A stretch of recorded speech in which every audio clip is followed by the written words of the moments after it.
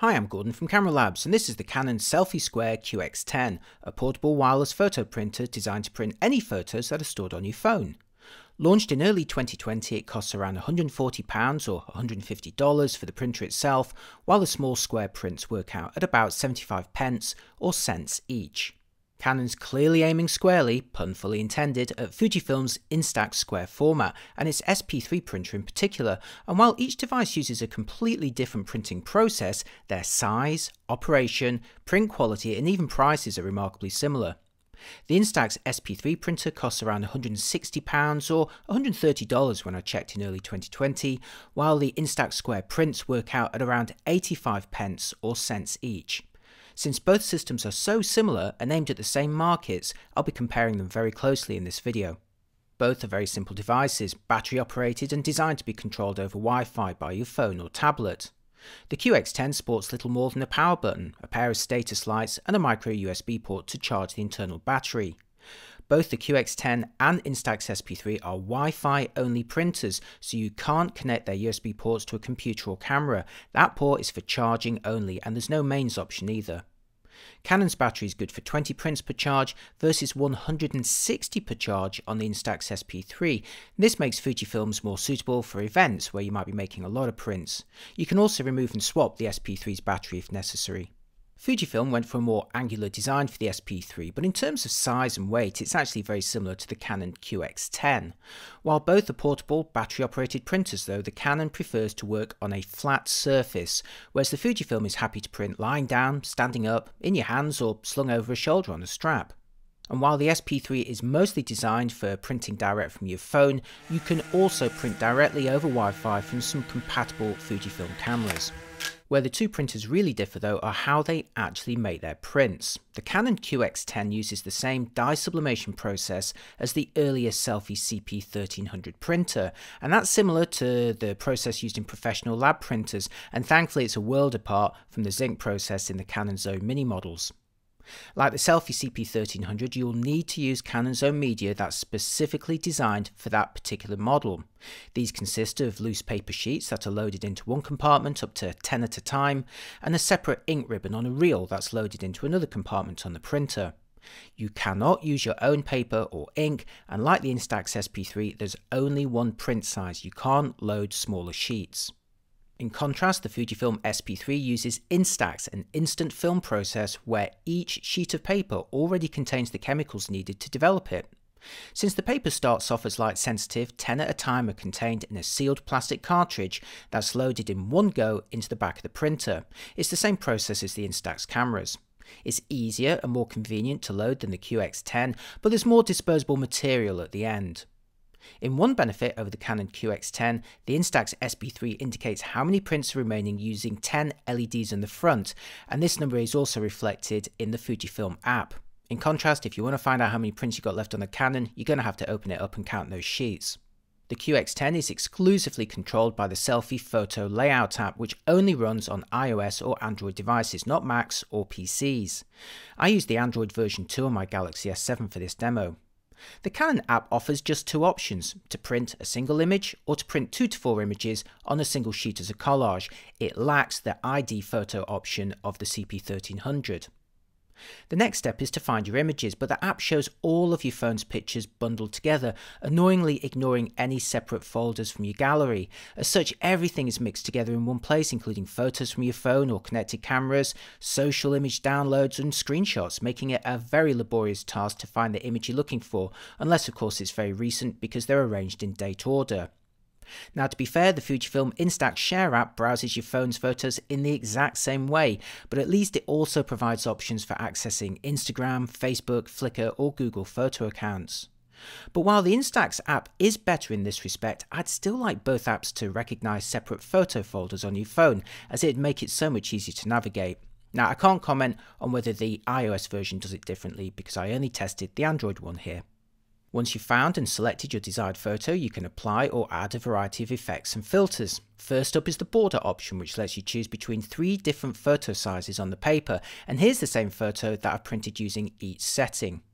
The first, narrow option on the left, produces the largest photo size on the paper, measuring 68 by 68mm or 2.7 by 2.7 inches. Meanwhile, the smallest option, labelled wide in the app, and I've positioned it here on the right side, produces an image measuring 62 by 62mm or 2.4 by 2.4 inches, which in perhaps no coincidence matches the exact dimensions and proportions of the INSTAX Square. In fact, here's one I printed with the SP3 for comparison. So Canon's giving you the chance to either emulate INSTAX Square or go for a slightly bigger photo size if you prefer. You can also change the orientation of the image on the print, although unlike the INSTAX app, annoyingly not actually move the photo within the frame itself, so that square crop is always taken from the middle. Then there's a selection of frames or bit applied within the photo, not the white border around it.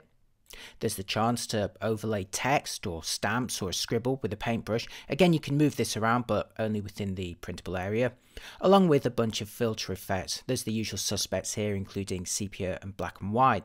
Now, Canon's also leveraged its fourth overcoat pass by allowing you to overlay shiny transparent effects onto the prints. These look really nice in the app as a preview, but in practice they do come out very faint, even if you're trying to catch their effects in direct sunlight. It's a really nice idea, but it was barely visible in my own tests. Once you're ready to print, the photo is sent from your phone to the printer over Wi-Fi and the process begins. Like the CP1300 before it, the QX10 passes the paper in and out 4 times, once for each ink in the process.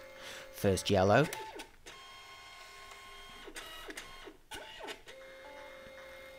then magenta,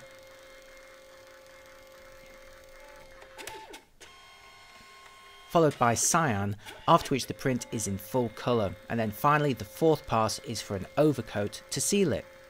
With the paper popping in and out several times during the process, you can see why the printer prefers to be on a flat surface with nothing to obstruct it. You should also avoid dusty environments. The actual printing process takes about 50 seconds from start to finish, and at the end you're left with a print that's dry and ready to go. Compare this to the INSTAX process, which initially appears to be quicker because it ejects the paper after only about 20 seconds. You're now free to hand the print to someone, start printing another, or pack up and move on, but the actual image itself won't fully appear until a couple of minutes later, gradually fading into existence. I've sped the process up here so you can see the image appear. Now there's something fun about seeing this in action, but I also like that the printer itself is only occupied for about 20 seconds. Conversely though, the Canon process will deliver a completely finished photo in less than half the time. But which produces the better looking photos? I made prints of the same photos using each device for comparison, using the Canon's thickest border option to match the size of the INSTAX prints. I put the Canon QX10 prints on the left hand side and the INSTAX SP-3 prints on the right. Let me know which ones you think look best. In terms of actual detail, they're both essentially the same.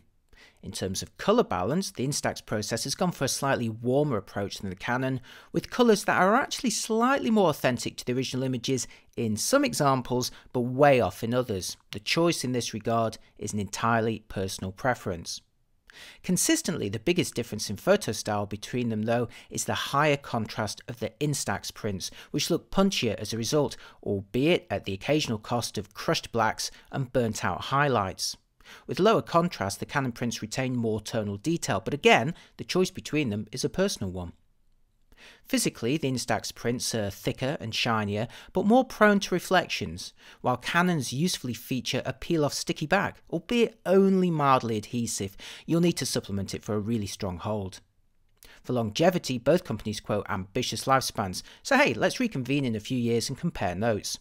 Ultimately, the SELPHY Square QX10 is Canon's best portable wireless printer to date, inheriting the lab quality technology of the CP1300, but repackaging it into a smaller, battery-operated unit that's solely designed to make fun square prints from images stored on your phone. And remember, those images could be photos taken with a traditional camera and copied onto it, like all of those that I've shown you here. The prints look almost identical to Fujifilm's popular INSTAX Square format, with the additional benefits of an optionally slightly bigger picture, sticky backs, and a slightly cheaper price at the time that I made this review. Fujifilm's INSTAX SP-3 portable printer though is better suited to events and casual use, with longer battery life, the ability to work in any position, and with prints that may take longer to develop but that physically emerge faster, allowing you to more quickly hand them out and move on to your next subject.